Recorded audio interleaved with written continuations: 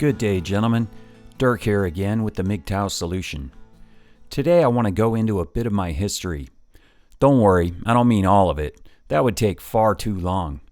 I may do that at some point, but today I just want to focus on how life has evolved for me since I ended my last real relationship in 2010.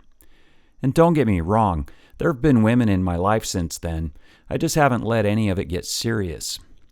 I'm not about to claim that everything's been perfect, but overall, choosing to remain single has been a very positive thing for me, and I'm going to point out some examples of how. So, I got out of that last relationship with no trouble at all because we weren't married, and I set out to basically reinvent my life and figured the mountains of the Sierra Nevada would be a good place to start. I spent a winter there teaching cross-country and telemark skiing, and then spent the following summer as a hiking guide, leading small groups on backpacking trips through some of the most beautiful backcountry on earth. Jobs like that don't pay much, but they were paying me to do something I loved, and it was a great gig, all things considered. While I was there, my life pretty much consisted of skiing all winter and rock climbing all summer. I was living in the mountains, surrounded by trees and waterfalls. I played some guitar and hung out with other climbers. My job required an hour on a bus every day up to the ski hill, then an hour coming back down, and it occurred to me that I could be using that time to study. I had been considering getting a master's degree for several years and decided to take the plunge and enrolled in a mostly online master's program. My goal was to work with military personnel as a civilian. I spent the next winter teaching skiing again and finished the bulk of my academic studies. Then I did a 6-month mentorship with the Coast Guard, where I gained a lot of respect for the Coasties. Being retired Navy, there's a bit of a rivalry there, but the Coast Guard is an outstanding organization. In fact, I had almost joined the Coast Guard instead of the Navy back in the day, but didn't pass the physical because you have to be at least 6'2". And why, you may ask, do you have to be 6'2" to join the Coast Guard? Because that way, if your boat sinks, you can wade to shore. Okay, good one, right? Anyway, shallow water sailor jokes aside, they were great. And when I finished the degree, I headed to Southern California to work with Marines. While I was there, I got back into triathlon, took up stand-up paddling, and rediscovered sailing, which I hadn't done in years. I took some advanced sailing classes, and life was good. I trained Marines and spent my weekends mostly on the water. Then, out of the blue, I learned of a new job opportunity, still with Marines, but this time back in the Sierra Nevada, which of course I loved. So I took it. Unfortunately, that job turned out to be a nightmare through no fault of the Marines. So after 4 months, I left. And that's a good place for me to interject the point that when you're living your own life, you have countless opportunities. I was moving on to better jobs whenever the opportunity presented itself, and that's an option you typically don't have if your life is entwined with a woman. And I used that freedom to work my way up in a new career field. So I resigned that position on faith that I'd find something better, which I did, but it took several months. I spent those months downhill skiing during the day and job searching at night. There was a bit of stress not knowing where I'd end up, but the skiing pretty much evened that out. Also during this period, I started volunteering at an animal shelter because I loved dogs. Some of my best friends have been dogs, and I really loved taking them all out on walks to make their lives a little better until they got adopted. I should point out that I had previously done volunteer work with search and rescue, but that didn't sit well with the woman I was involved with at the time. Being a volunteer meant it didn't produce resources, so you can imagine how that went. But since I had reclaimed my life, I could go work with my dogs as much as I wanted to. There was also a hot spring right up the road, and I'd hike up there a lot to chill out and watch the sunset. In fact, there's a photo of that in one of my earlier videos. Here it is again. Anyway, I landed another job with the Marines, this time on the East Coast, so I made the road trip and jumped into that. In my free time, I got more heavily into stand-up paddling and actually started training and racing with a group of great athletes. I managed to take my age group a couple times, and it was a blast. There were gorgeous beaches there too, but I mostly paddled in this murky river by my house called Gator Gulch, and it wasn't just a catchy name. I never had any close encounters with the gators, but I did hear them splash into the water in the distance upon hearing my approach once in a while. It added a bit of adrenaline to the whole experience, but I did some research to make sure I stayed safe. FYI, they just go sit on the bottom if they perceive a threat. I never actually saw a gator there, but I'm pretty sure they saw me.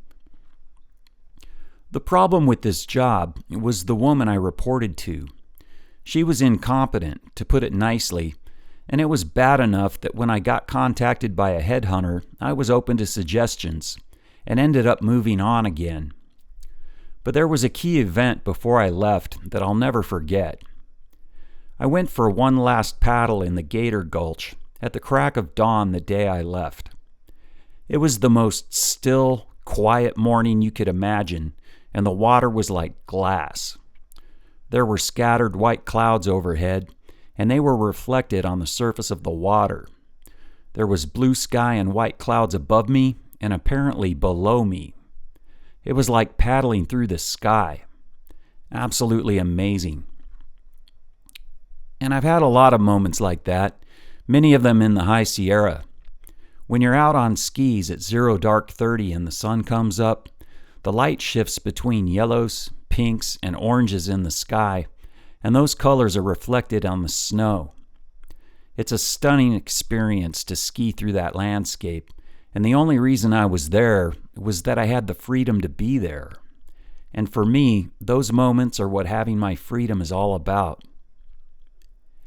Getting back to my new job, I rolled down to the Gulf Coast to work doing post-rehab reconditioning with regular troops. That was 2014, and I stayed there for 3 years. Overall, I had a great time. I learned a lot about sports medicine, and in my free time finally learned to windsurf properly.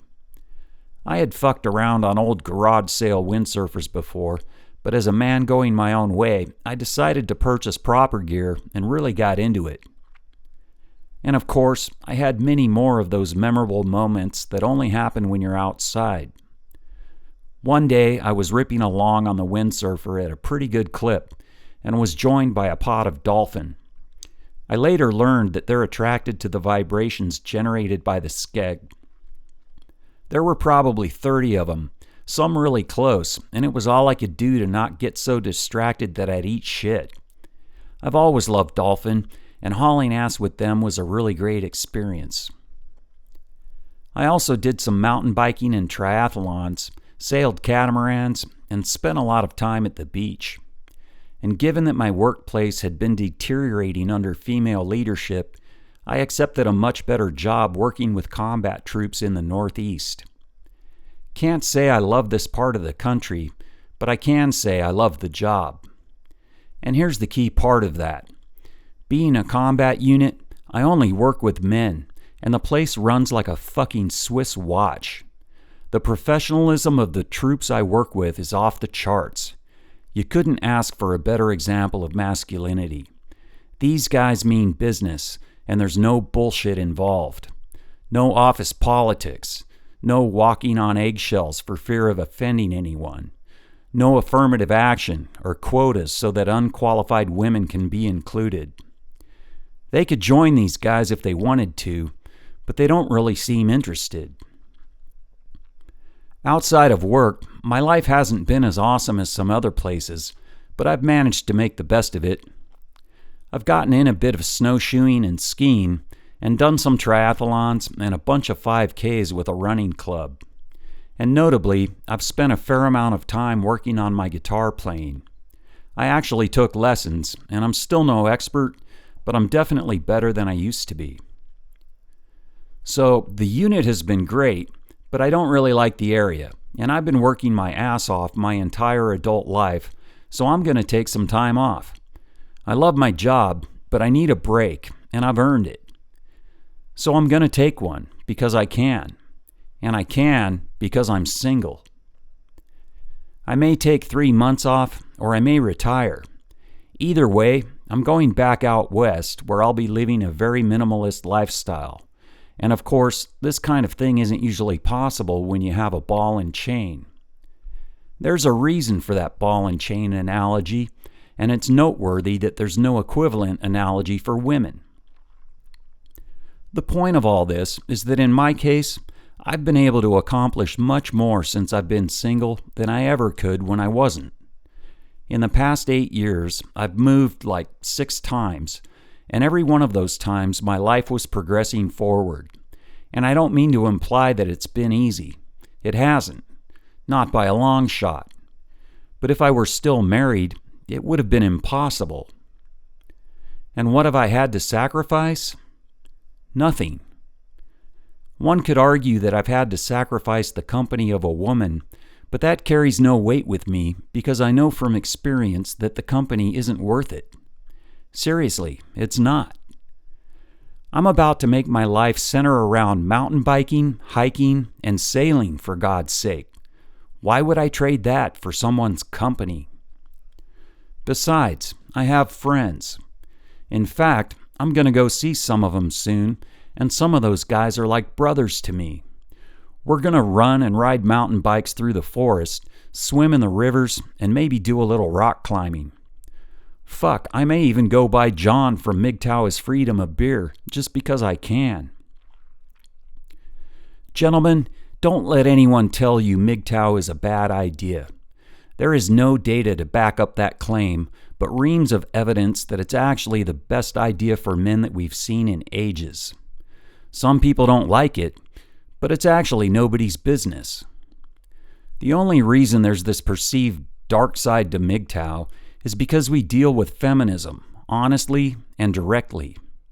And it isn't pretty. But you have to understand a problem in order to solve it, and then you can move on. So we do need to address this, and we need to occasionally deal with this. But ultimately, it's all about this, and this, and this, and this. It's really very simple. Stay single. Pursue your own goals. Live your own life. Defend your own freedom. Go your own way. Despite claims to the contrary, you don't owe anyone anything just by virtue of being a man. How you live is your choice. Choose wisely. Hit subscribe and bang that bell if you haven't, and give all MGTOW videos a thumbs up. Thanks for listening, guys, and have a great day.